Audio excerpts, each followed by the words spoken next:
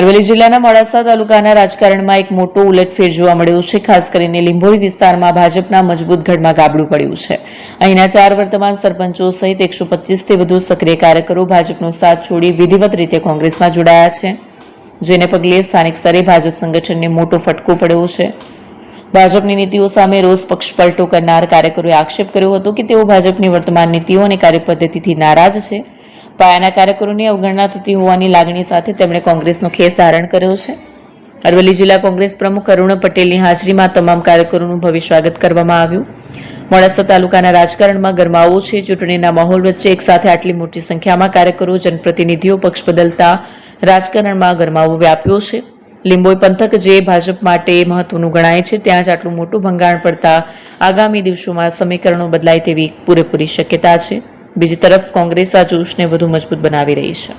અરવલ્લી જિલ્લાની મોડાસા લીંબોઈ જિલ્લા પંચાયત અંતર્ગત ગઢા, બાયલ, ડોખરોલ અને વટડા કાબોલાના સરપંચો તેમજ બોડીના એક પૂર્વ સરપંચ અને આ વિસ્તારના નિવૃત્ત આર્મીમેનો સહિત 125થી વધુ લોકો ભાજપ છોડી આજે કોંગ્રેસમાં જોડાયા છે.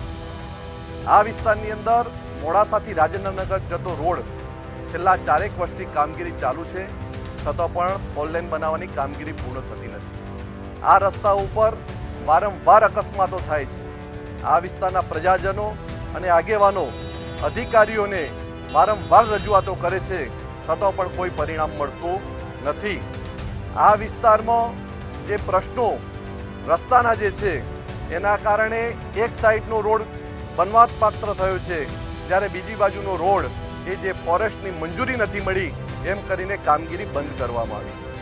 આ રસ્તો ન થતો આ વિસ્તારના લોકો જિલ્લા મથક મોડાસા જવાનું હોય કે હિંમતનગર જવાનું હોય ત્યારે આ રસ્તાની કામગીરી પૂર્ણ ન થતો ખૂબ તોબા પોકારી ગયા છે.